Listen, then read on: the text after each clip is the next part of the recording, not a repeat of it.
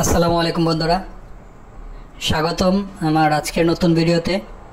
আজকে আপনাদের শেখাবো কিভাবে জিমেল স্টোরেজ ফাঁকা করবেন।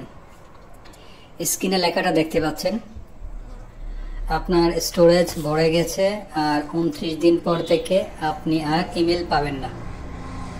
আসলে আমাদের গুগল যে আমাদের 15 জিবি দেয়, প্রতিটি জিমেলে 15 জিবি করে দেয়, সেই স্টোরেজটা ভরে গেলেই কিন্তু এরকম হয়। আবার আমরা অনেকে জানি না কিভাবে স্টোরেজটা ফাঁকা করতে হয়, যার ফলে আমরা ডিলিট করতে গিয়ে আমরা সব কিছু ডিলিট করে ফেলি। চলুন আজকে আমরা ভিডিওটা শিখি কিভাবে স্টোরেজ ফাঁকা করবেন, আপনার জিমেল কিভাবে ফাঁকা করবেন। ভিডিওটা অবশ্যই শেয়ার করবেন এবং শেষ পর্যন্ত আমার সাথে থাকবেন। চলুন শুরু করি। প্রথমে আসেন, আপনি তো জানেন যে আপনার কোন জিমেলটা বুক হয়েছে, তাই না? আমি আমার ফোনের একটি ব্রাউজারে চলে যাব। আপনি আপনার ফোনের যে কোনো একটি ব্রাউজারে চলে যাবেন। আমি শুরু থেকে যাচ্ছি। ব্রাউজারে যাওয়ার পরে অবশ্যই এখানে আপনি যা লিখবেন যে গুগল ফটো লগইন। কি লিখবেন? Google photo login.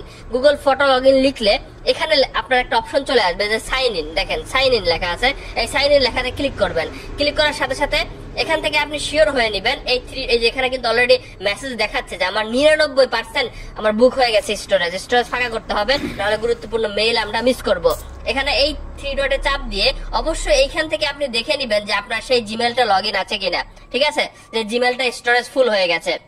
ওকে, তো 3 ডটে চাপ দেন। আবারও চাপ দেওয়ার পরে এখানে আপনি নিচের দিকে আসেন।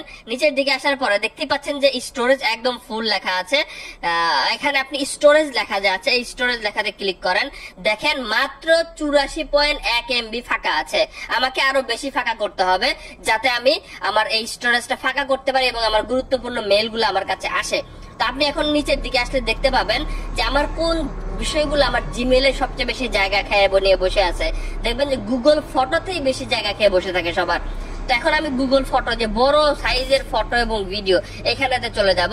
যাওয়ার পরে এখানে যে ভিডিওগুলো দেখতে পাচ্ছেন এখান থেকে আপনি ডিলিট করবেন, যেটা আপনার অপ্রয়োজনীয়। গুগল ফটোতে না থাকলেও হবে, আপনার গ্যালারিতে থেকে যাবে, ভাই সমস্যা নাই।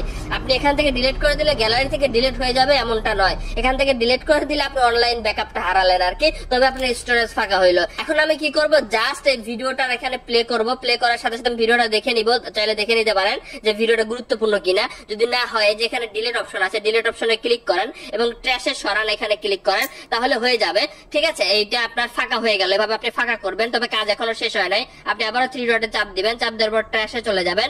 যাওয়ার পর এখান থেকে আবার 3 ডটে এই যে ডিলিট মতো আইকন আছে, এখানে ক্লিক করবেন এবং ট্র্যাশ খালি করুনে ক্লিক করবেন। তাহলে দেখেন আমি আপনাদেরকে এখন দেখাই যে আমার কত জায়গা ফাঁকা হলো। এখন দেখেন আমি স্টোরেজে চাপ দিলে একটু আগে 84 না 86 MB ছিল ফাঁকা, হলে এখন কিন্তু 272 MB ফাঁকা হয়ে গেল। তো এভাবে আপনি আপনার জিমেল বুক হয়ে গেলে আপনি কিন্তু ফাঁকা করতে পারেন। ভিডিওটি শেয়ার দিয়ে রেখে দিন, যখন প্রয়োজন হবে দেখে নেবেন বা আপনার বন্ধুদের উপকারে আসবে।